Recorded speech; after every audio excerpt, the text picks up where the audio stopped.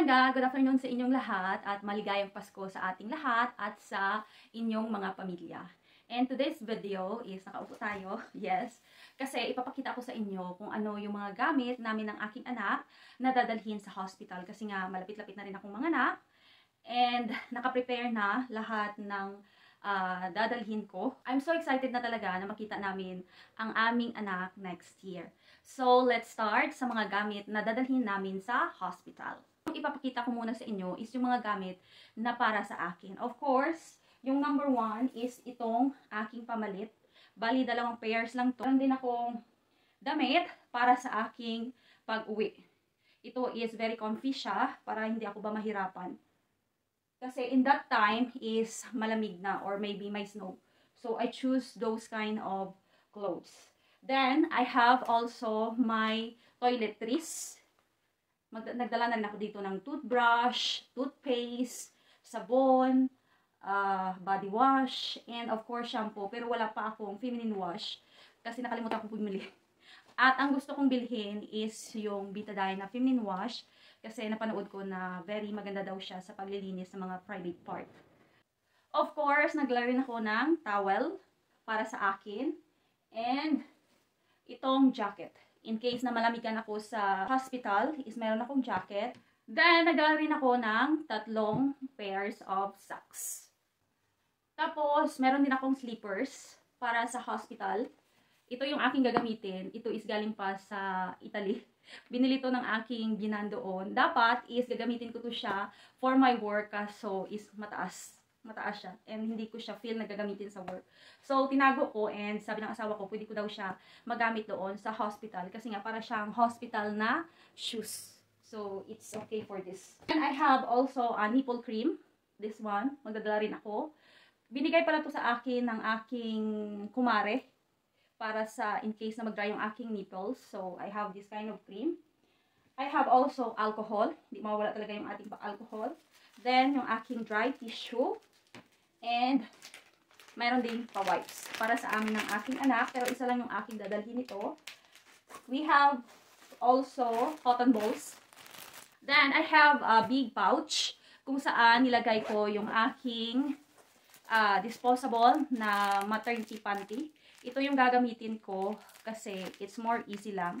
Kapag napuno na siya ng sinje or dugo, itatapon ko na lang. And I have the maternity pads na binigay ng boss ng aking friend before. So, dinala ko yung isang pack na malaki, which is 10 pieces yung laman. At ito yung gagamitin ko sa hospital. I have also napkin. This is a daytime napkin. Nagdala rin ako para kapag kailangan ko is meron akong magamit. I have also battery charger para sa akin. Para in case is may magamit ako doon kapag malayo yung saksakan. And huwag kalimutan yung wire. Yung next na ipapakita ko sa inyo is yung mga gamit naman na dadalhin ko para sa aking anak. Of course, number 1 is itong extra na 2 diaper. Even na meron namang pa-free sa hospital, pero mas maigi na talaga na meron akong dalang extra. The second one is itong patura or habol para to sa pag-uwi namin ng aking anak kasi malamig and feeling ko magkakasnow, so ilalagay ko to siya sa kanyang basket. Then, I have 4 pieces ng kanya ipapalit na damit doon sa hospital. Nilagay ko sa plastic yung mga damit ng aking anak. Supposed to be dapat is ziplock na malaki. Kaso nga lang, dito kasi sa city namin is mahirap maghanap ng ziplock. So, instead of it, I use plastic na lang. Then, I put scotch tape. Pero wala po siyang label. Hindi ko siya nilagyan ng label. Kasi alam naman ng mga nurses and doctor yung mga nakalagay dito sa loob. So, ano nga ba yung laman ng nasa plastic na ito? Ipapakita ko sa inyo. Yung laman niya is itong napis or lampin.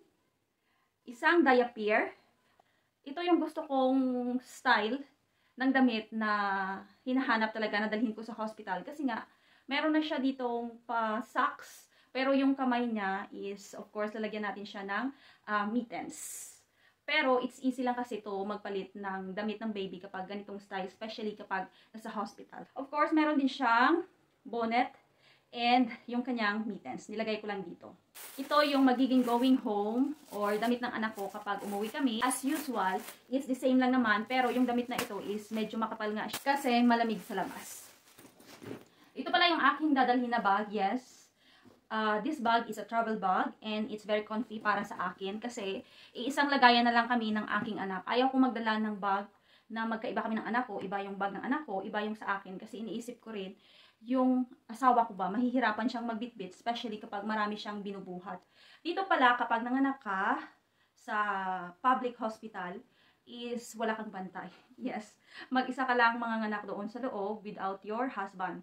Tapos, meron lang silang visiting hours na pwede lang pumasok doon yung iyong asawa. Pero di ko alam kung ilang hours ba. Thank you so much pala sa mga taong nanonood ng aking mga video. And once again, Merry Christmas and advance Happy New Year from our small family here in Romania. Pa, papu, la rivedere!